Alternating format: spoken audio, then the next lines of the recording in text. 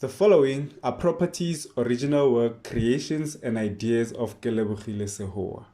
The ElementRings brand includes, but is not limited to, the ElementRings Pty Ltd company, the ElementRings script, comic book or manga script, characters, movie script, ElementRings merchandise, and Negu brand. All rights claimed and reserved by Kelebogile Sehoa. Hello and welcome back to ElementRings. We are going to continue from where we ended off, but before that, a quick recap. Zakes woke the boys up so they could prepare themselves for school. Botlhale wouldn't wake up immediately, so Zakes used a wet cloth and that caused Botlhale to jump out of bed. When Botlhale was done eating, he was signaled to come outside using a whistling sound. And when he got out of the house, he met a girl by the name of Mushidi, who is a friend of his. Before I continue with the story, please check out the audios that came before this one. The story will get crazy from here on out. Now that that's out the way, let's continue with the story. Hey Mushidi, I'm so happy to see you, said Botlhale as he fist bumps his friend. Mushidi replied, same here Mfanaka. That long weekend was the definition of the word. For those who don't understand, Mfanaka means my boy.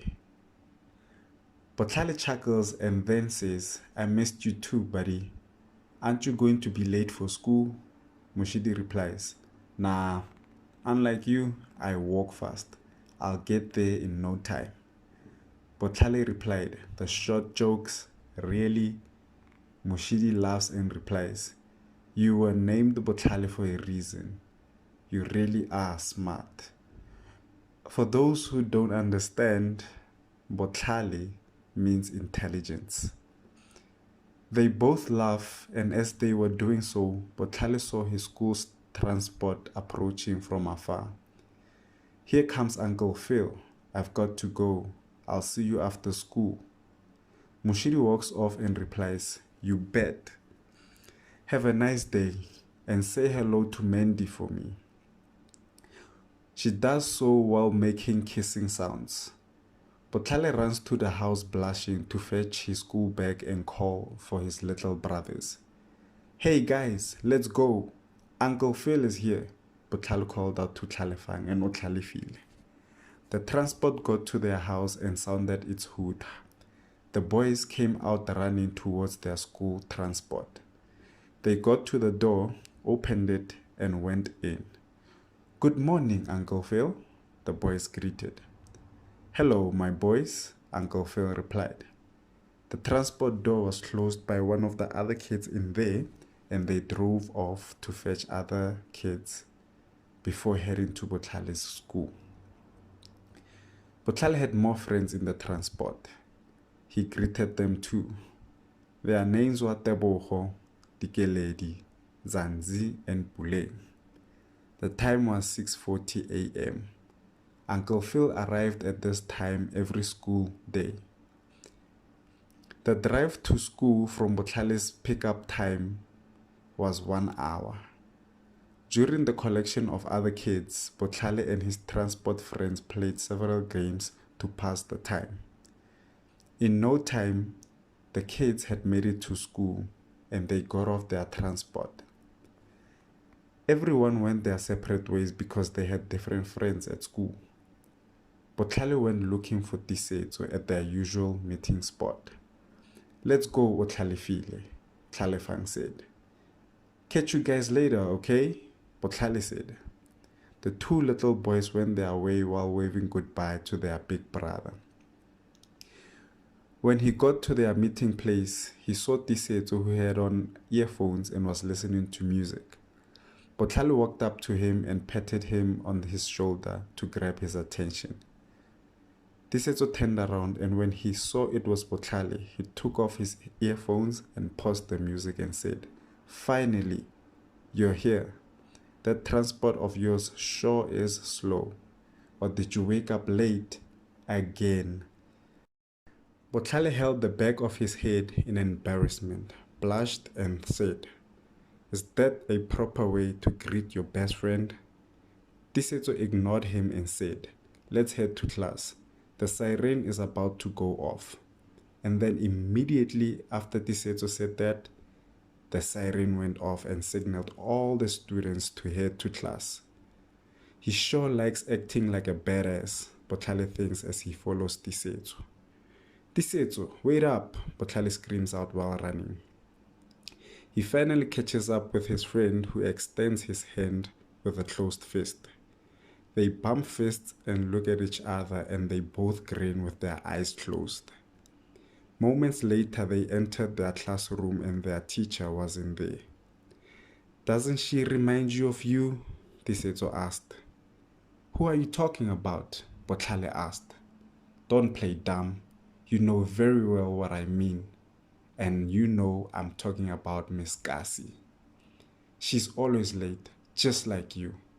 Botlhale blushes and says, "What can I say? Kids learn from adults." Tisetso is irritated by Botlhale's remark and looks away in another direction. At that moment, another of Botlhale's classmates entered the classroom.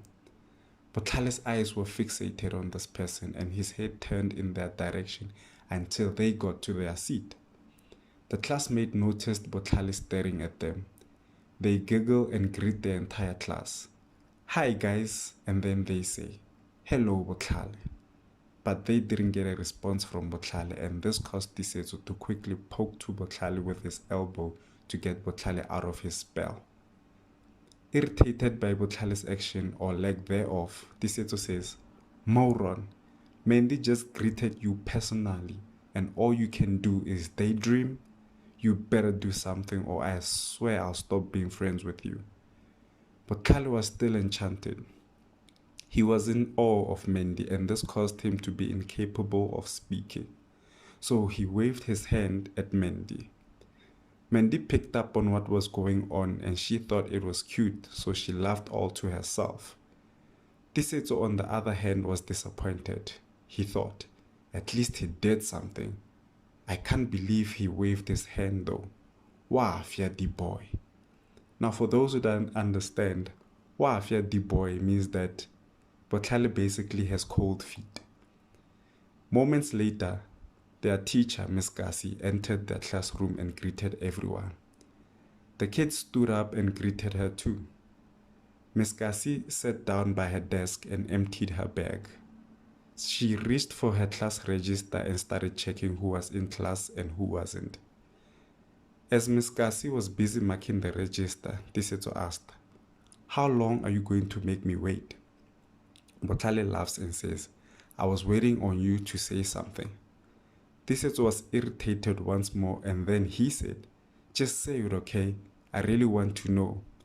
Botlhale laughs some more and then decides to tell Tisetso what he wanted to tell him since he left his grandparents' home back in Gapodu. Okay. When I was in Botlokwa, I got my grandparents to convince my parents to take us to Man Lane Mall this Friday after school. This caused Tisetso to jump out and said, "Finally!" He had totally forgotten that they were in class. This caught Miss Kasi's attention and she sternly said, "Tisetso, o thaba thata ne boy?" For those who don't understand, o thaba thata means that you are too excited. Calm down. Tisetso quickly covered his mouth and did what Miss Kasi instructed. Botlhale laughed at Tisetso, but he did so softly so he doesn't get scolded as well. And that's the end of the fourth release. As you all heard, Botlhale was enchanted by Mandy, the same girl Moshidi told him to greet. Tisetso, on the other hand, was irritated by his friend's actions towards Mandy. I wonder what will unfold as we progress. Remember, don't be afraid to interact with one another or me in the comment section. If it will help all of us enjoy this story as a collective, I'm all for it. Thank you for tuning in. Bye for now.